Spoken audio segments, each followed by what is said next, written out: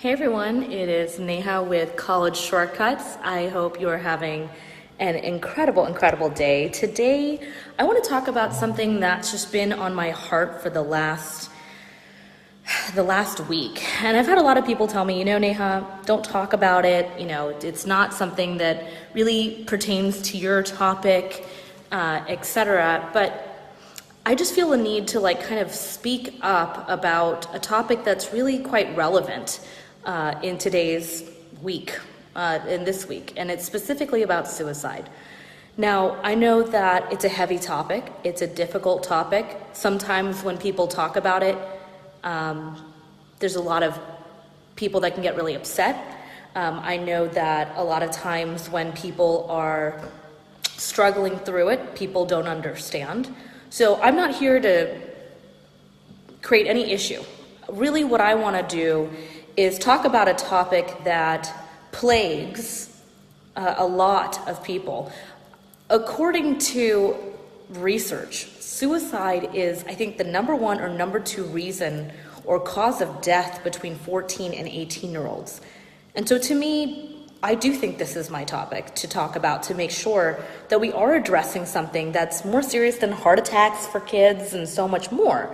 So today I want to talk about something that to me would be highly relevant to my audience and to you specifically. So if you're watching this, I just want to make sure if you can absolutely hear me and see me, please type in yes into the message box below so I know that you absolutely can hear me. Now, one of the things that I want to talk about is, how do we address this, in a topic that is so challenging. We want our kids to stay innocent, etc. But how do we talk about this with our kids? How do we address it? How do we have conversations around it? And so today I want to just talk about 3 tips on how to maybe broach the topic with your child. Because from what I've noticed is we don't want to talk about it. We don't have conversations. And, with Kate Spade, Anthony Bourdain, 13 Reasons Why, a show that's now on season 2 on Netflix, there is a lot to talk about. And so I want to kind of equip parents out there with some tools on maybe how to speak to your child about it. And if you have any suggestions or comments or want to share, this is a beautiful open space for you to talk about, maybe your experiences with it or ways you've had amazing conversations with your family. And another thing I want to be really real with you about is, and I've never really shared this before, but I have in my own family situations of suicide. I have in my own family situations of mental illness. Things aren't always happy-go-lucky in my life or even with my own extended family. And so when these types of things happen, I just cry. I have a really hard time, with, when things like this occur. And so my theory is, if you're watching this video, maybe I can help to create some form of support, because I do think that we don't realize how serious this issue is. So today I wanted to give you 3 tips around it in talking to your kids. Number 1, I think it's important to have open conversations. So with everything going on, unless your child lives under a rock, they know that this is happening. And I think it's important to open the dialogue. So I would say, hey, I want to talk to you about, have you heard about this? Or, what are your thoughts about it? And then just kind of stay a little quiet. Let your teenager or your child speak about what their thought is about it. They might say things like, wow, I don't know why that person did it, or, yeah, that is normal, or, yeah, a friend of mine at school did that, or we know someone at that school that also did this, or whatever it is. But just my number 1 tip is stay silent. And I know it's a hard skill because we want to just tell them and teach them things, but it's about creating that sacred open space for your child to really be able to feel safe in talking to you about things. The second thing I want to talk about is taking a moment to talk about the topic itself and maybe give a little bit of background. So one of the things that I learned, I was at a Tony Robbins conference, and it was really powerful. If you haven't done it, I highly recommend it. And he does have, at some of his conferences, actually a day about suicide. And typically about 12 people raise their hands saying they are currently thinking about doing that. And it's pretty powerful to be in a room of thousands of people and for people to be willing to stand up in their truth and say they're currently contemplating this as a choice. In this moment, he talks a lot about, he actually brings someone on stage to work through their belief systems and values and all that sort of stuff. So one of the things he talks about, and this is my tip number 2, is understanding that, really understanding specifically that there's almost like a television. So imagine if you're watching a TV, and this is something I would kind of paraphrase for your child. Like imagine you're watching a channel. Now there's one channel that's got happy thoughts, it's got positivity and abundance and your dreams and everything's possible. And then there's another channel that shows violence and anger and fear and frustration and helplessness and uncertainty and loneliness and rage and dark thoughts. And so one of the things, I like to bring spirituality into the work that I do. I meditate every day. Everyone that comes across me, I meditate for you. I think about you. And the thing about it is that if you look at the positive channel or the negative channel, everyone has both. Everyone's got the angel right here, and they've got the devil right here, all the time, right? And it can be as small as thoughts in your mind about like, you know what? Anything I want, if I put my mind to, it'll be amazing. Or negative thoughts like, I don't even know why I'm on this planet. Like, what am I even doing here anymore? Like, what's my purpose in life? So I think having conversations with your child about these two channels and that we are not our thoughts. Like, think about that for a moment. Meditation, which I do every day, meditation is the space from one thought to another thought. There's this beautiful space in between. That is really more of who you are. You are not this thought and you're not that thought. So kind of explaining and talking with your child about how there are different channels. That would be my tip number 2. And tip number 3 is understanding that we are not our thoughts. That our thoughts are not us. If you think about it, you have upwards of 36,000 thoughts a day, and a lot of them are conflicting. So if you can separate yourself and understand your soul is not the same as your thoughts. And I know I'm getting a little deep here. People are like, oh my God, yeah, this is really deep. Well, I'm getting deep because it's really freaking important, guys.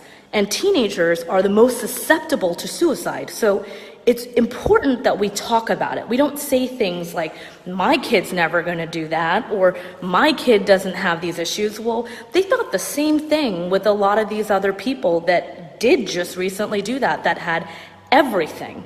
And mental illness is very challenging. It is hard to spot. Sometimes even the strongest overachieving kids, myself included, can hit burnout, and it's very painful. So it's really important during this time right now to be vulnerable as a parent and maybe even open up and talk to your child about an experience that you may have had where you felt unworthy. Maybe you felt scared as hell. Maybe you felt unsure about something. And the beauty of it as a parent is that you are a guide for your child. Anything you say in this specific topic will absolutely carry with them in the future. So like I said earlier, make sure that you're being open and leaving the space. Number 1, listen. Asks a few really good questions about, what are their thoughts about it? Do they know anyone about it? What do you feel about it? Number 2, make sure you explain the difference between the angel and the devil, that there's channels, just like a television. And they run through your head all day long. Some days you have those positive channels running, you have amazing epic stuff going on in your life, and then some days you feel like you're just totally worthless, you're alone, you have no one anymore, you can't relate to anyone, you're too different, etc. And tell them that it's totally normal to feel both of these channels, and it's just about choosing which channel you want to be on. Tip number 3, also talk to them about the fact that they are not their thoughts. If there's one gift my mom and dad gave me when I was a teenager, because I was an overachiever, I'm still an overachiever, I was, yeah, right. But, and I started to really suffer from a lot of stress and anxiety with schoolwork, is that they signed me up for this yoga class. No joke. It was like level 1 at Art of Yoga in Houston, Texas. And I had to go at night because they didn't know what to do with me. They were like, you are so annoying to deal with. You're so ragey. You're so frustrating. And I remember in these classes, for an hour and a half, we would do like one yoga pose. And for an overachiever who's like, let's just do all 50, it was really hard. But it taught me the art of breathing, the art of stillness, and the art of slowing down. And the last point I told you, number 3, which was, we are not our thoughts. And anything that you or your child may be feeling like all of their worth is in getting into a certain college, or all of their worth is in their achievements, you better believe it. That shit is a problem later.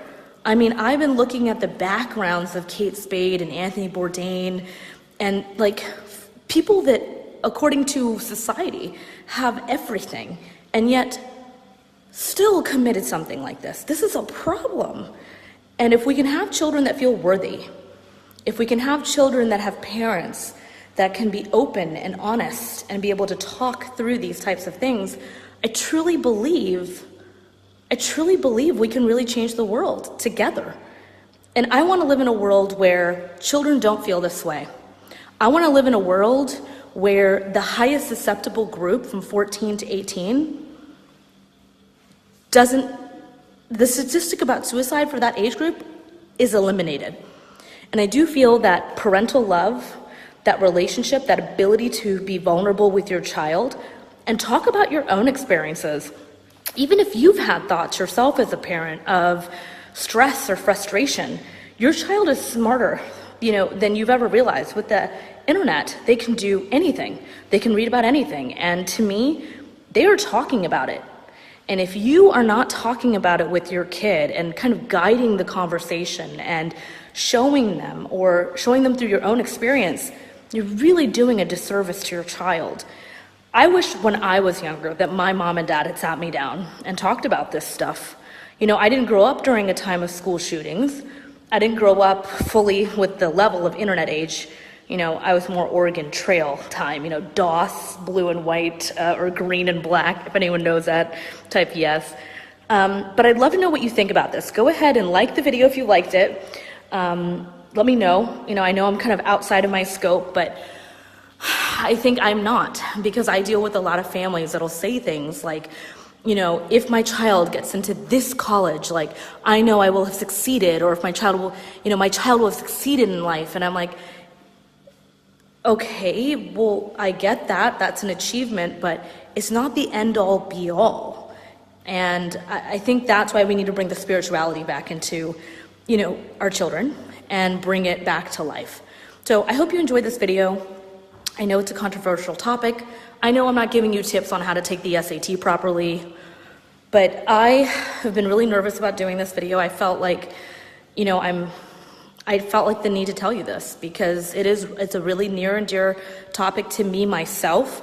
And I urge you to hug your kids tighter. I urge you to show the love, to let go of the grudges, to forgive, because it's so important.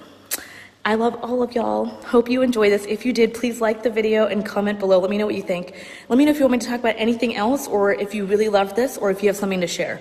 Because I normally never do this. I'll keep doing things like this if I know that you love it. So make sure you say something below and let me know. Have an incredible, incredible day. Bye.